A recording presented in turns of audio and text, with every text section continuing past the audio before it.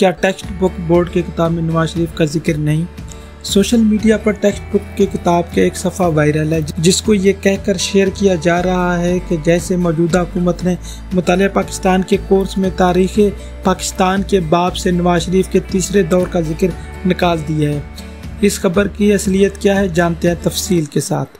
Media की झूठी खबरों और दूसरे मालूमात जानने के लिए हमारा साथ दें और हमारा चैनल सब्सक्राइब करें। ट्विटर पर नया दौर से ताल्लुक़ रखने वाली सहाफ़ी आलिया ज़हरा की तरफ से 2 जून को एक ट्वीट किया गया जिसमें यह दावा किया गया कि हुकूमत ने 5वीं जमात के मुतालिया पाकिस्तान के तारीख़ पाकिस्तान के बाब से नवाज शरीफ और शाहिद खाकान अब्बासी के दौरे हुकूमत का जिक्र निकाल दिया है।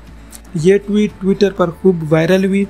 इस ज़िमन में कोर्स की किताब का सिर्फ एक सफ़ा शेयर किया गया जिसमें मौजूदा हुकूमत के दौर का जिक्र है और उससे पहले पीपल्स पार्टी के दौरे हुकूमत का जिक्र है।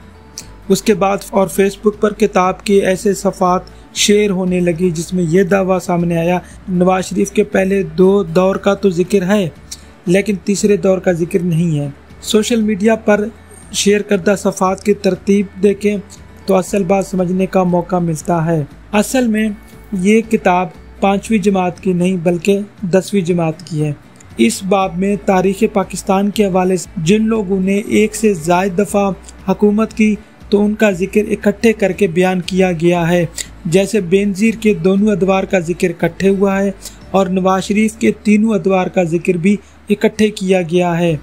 नवाज शरीफ के तीनों अदवार का जिक्र सफ़ा नंबर 10 से लेकर 15 तक किया गया है, जिसके बाद मुशर्रफ दौर का जिक्र है। मुशर्रफ दौर के जिक्र के बाद पीपल्स पार्टी के यूसुफ रजा गिलानी के दौर का जिक्र है, जिसके बाद इमरान खान हुकूमत का जिक्र हुआ है क्योंकि नवाज शरीफ के तीनों अदवार का जिक्र पहले हो चुका था।